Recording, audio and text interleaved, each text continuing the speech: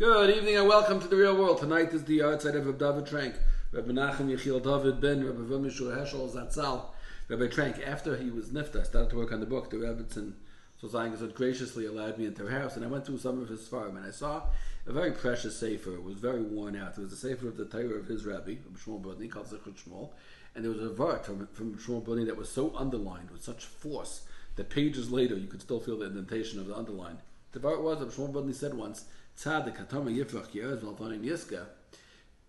Why is the tzaddik compared to both the tamar and the eres? So Shmuel said the tamar, the palm tree, doesn't grow as tall as the cedar tree, but it gives off fruit, and that's probably why it doesn't grow as tall, because the fruit pulls out some of the nutrients and comes out as fruit, not allowing it to grow unimpeded. Whereas the eres doesn't give over fruit, the cedar, and it grows much higher. A tzaddik is not somebody who just grows high, focused on his own group, on his own growth, and a tzaddik is also not somebody who just gives and gives and gives and is not focused on his own growth. A tzaddik is both. Tzaddik hatamar yifrach, it grows like a tamar, it gives off. Ki erez ba'alvani niska, in brackets, parenthetically, Parshas Kairach, we know Kairach is connected to the Sefer Tevis of the Pasuk.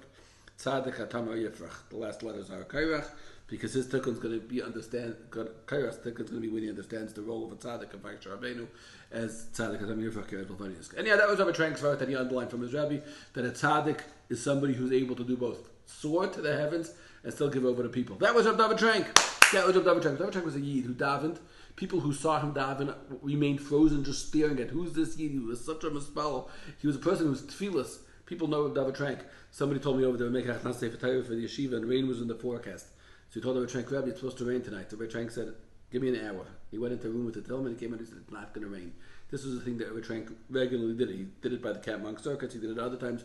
He said it's not going to rain. There was a single girl came over to Rabbi Trank by a Talmud Torah convention. She asked him for a bracha. He said, say amen to my bracha, and it'll be good for you. And she did it. That means he was a rabbish person. He was a tzaddik. Matzio Solomon called him a lamed vav. At the same time, a mother told me over in Lakewood, Rabbi Trank did something that no Rosh Yeshiva ever did, and probably no Rosh Yeshiva will ever do. He picked up all the bracha in his yeshiva every morning for shachas. He drove his van around Lakewood.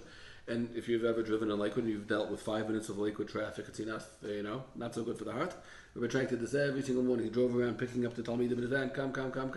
And there was a bach who had a hard time waking up. So Rabbi Trank would tell the mother, okay, he'll get there, I'm going to go pick up a few other boys and come back. 3 times. Rabbi Trank would go on an average day 3 times to pick up this boy until he came. Going, and finally they got everybody into Rosh Yeshiva and they started shachas. Everybody was there.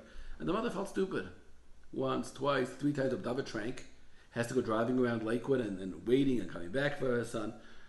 So she said, Rabbi David, why are you coming? Why are you doing this? Why are you investing so much time and effort and energy for my son? He does come, he doesn't come, he does respect you, he doesn't respect you, he's not getting out of bed.